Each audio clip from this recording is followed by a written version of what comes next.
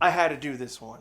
After my Halloween 3 video, I started thinking about the whole series. I hadn't watched the films for I think 6 years. There's a lot of things that became crazy over the sequels, but I could stand them to a degree. They had a story and whatnot. It did go into Bizarro Land, but when it came to Halloween Resurrection, by far, one of the worst movies I've ever saw. It gives me a freaking headache. If I had to show an example of a cash grab, here you go.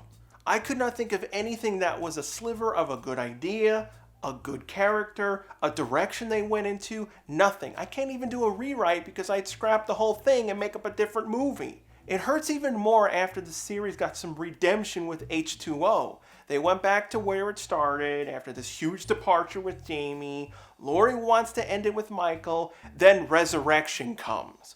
Laurie survived so much hell from this bastard. Jamie, a freaking kid, survived this stuff. And you take Laurie out in the first 10 minutes? Yep, we are done with your story. You're old news. We gotta focus on the celebrities now. Let's make Laurie fall for the same trick. Boom, she's dead. They don't even care if things make sense. They should have called this film Halloween Logic. Where Laurie ended up at, I don't really have an issue there. I saw what they were doing. They wanted to have a parallel with the first film. It started off in an asylum. They wanted to end it there. Laurie did kill that guy. It made sense she end up in a place like this. That's as far as I praise it. When I first saw the film, I was getting into the scene. Okay, Michael's gonna go after her again. She's gonna use the chaos to break out. No, one fail after another. Not only do they kill Laurie in a god-awful way, the writers try to explain why cops aren't after Michael and why they aren't canceling Halloween in the area by having Michael's hand over his knife to that other guy. They set it up that he could escape from his room somehow. He's obsessed with murder cases, a perfect fall guy, except you have security cameras everywhere that would be recording everything. You'd see Michael enter the building, go around the corridors, and no one's going to give a crap about the door that's broken. If the dude could break down doors, how come he isn't in a super secured place or being dissected? It all falls apart. The whole intro is unbelievable. I can't even praise the new characters. I barely remember anyone's name. They don't give time to develop them. There's too many, first of all, and there's no main lead. Okay, yeah, you could argue Sarah is the one, but that's only because you can remember her the most. The rest, I can just recall their traits. Food guy, blonde girl that wants to get on TV, the creep hitting on her, then the two that have sex in the secret basement. Oh yeah, I almost forgot the two worthless characters at the party. They needed someone to help Sarah out in the end and call the cops. Plot device 1 and plot device 2. I think what really kills the movie was the time it was made in and the celebrities.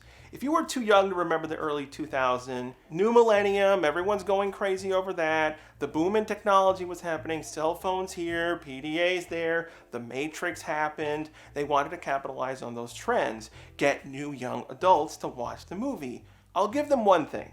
They predicted the whole streaming on the internet 15 years before that was even a thing. But they were relying on that as a new way to do a Halloween setting because they pretty much exhausted places they could have Michael and victims take place.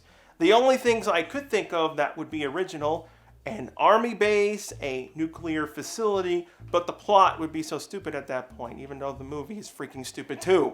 Couldn't we just get a movie where Laurie and Jamie teamed up, properly link everything, then just freaking end it? Nah, we gotta bring in celebs and have a fake reality slasher show in Michael Myers' house. No longer it being about horror and suspense. Now it's kung fu kicking and how many times you can look away from the screen so that Myers can kill someone.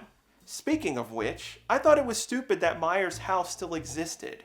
I can see why no one would want the house, but after 20 years, the amount of hate the place would have gotten, the countless people murdered by him, the place should have been torn down, turned into a storage or parking lot, or would have been burned down by someone.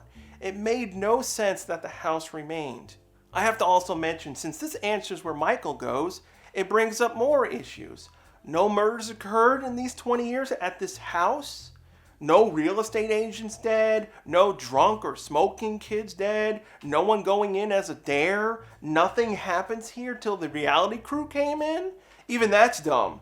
We know that Frankie rigged up the place with booby traps, fake dead bodies to scare the winners, right near Michael Myers' bed, mind you. I like how that gets ignored. What the hell happened to Michael? Was he on a lunch break or shooting another Halloween movie? That wall gag doesn't take a few minutes to set up. And when they actually show Michael killing the crew guy, they not only pull the "I'm not looking at the screen" trope, Nora, 10 seconds later, calls him on the radio for doing a good job, then the scene ends. What do you expect a person to do in this situation?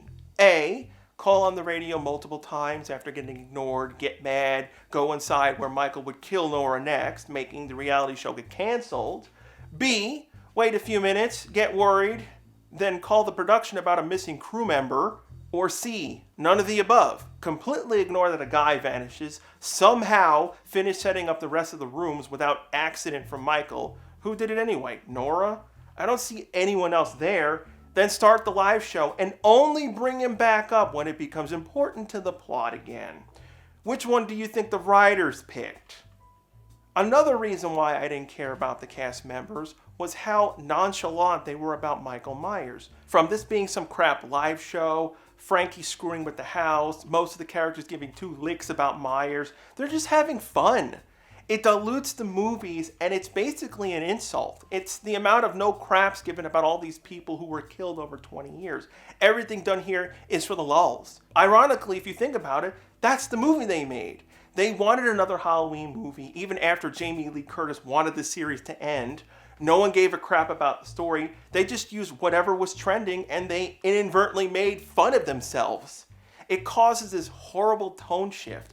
One minute everyone's dicking around, smoking weed. The next, the Halloween music kicks in and Myers is killing you. This is also summed up in that one scene where Frankie's yelling at Michael thinking he's the crew guy that went missing. Then he just walks away. I was like, are you kidding me? It's a comedy. It turned into a comedy. Even the reality TV show execution was bad. They would insert TV cameras wherever they wanted. There was one up the stairs. You don't see that one anywhere. The one Michael put on the floor, now it's standing up. Michael wouldn't be able to hide, so why isn't Nora doing anything? How many times are you going to keep doing the not looking at the screen gag? It's the same garbage found footage horror movies do, where they have cameras set up everywhere, they're recording for the whole incident and then never cut to where the event is happening. What's also annoying, they intentionally did this low frame rate whenever they use the house cameras. It was annoying, first of all, but then when you see the party dudes watching the footage, it's playing at normal speed. Why aren't we watching it that way? The 2 dumbest moments I can remember, and I laughed hard at these. The first one where Jen's being a dick, screaming up on the 2nd floor, making everyone falling for her lame jokes. So you guys can hear someone yell on the 2nd floor, but when Bill gets killed by Myers, no one hears him? Yeah, that makes sense. And the dumbest of them all, when Myers decapitates Jen's head, not only do they have magic live-action cameras placed on the floor in the right spot where the head lands, but they have one quick shot of her head camera shown. If she's decapitated, how's the camera working? There's a cable that goes from the camera to a pack on her belt. No one cared about this film. It was this fun thing they wanted to do. We got to keep making Halloween movies. Who cares where it goes? Who cares how unoriginal we get? Look, remember that from Halloween 1 where Myers knives someone on the door? That's all this was. An unoriginal, forced use of the character that really should have ended after the 6th film. You got that heartbeat with the 7th one and just wasted it. I never understood why no one wanted to make a movie that brought back Laurie and Jamie, then tried to actually link movie 3 into the rest of the films.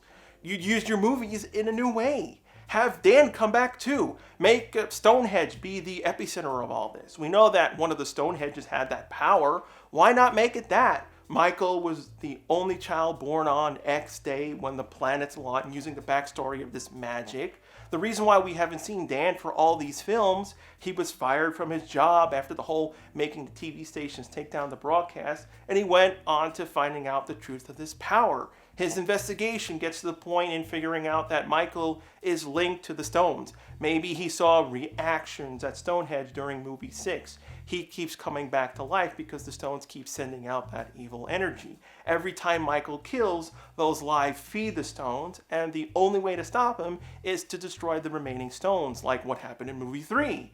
That's their goal, destroy Stonehenge to finally end Michael Myers. The movies were already out there as it is. I'd rather have a conclusion that wraps up all the films and use the demonic magic stuff in the plot to its advantage than what this movie did. I don't know if my idea would have worked out better, but there would have been effort in caring about the films. It would still be dark and gory.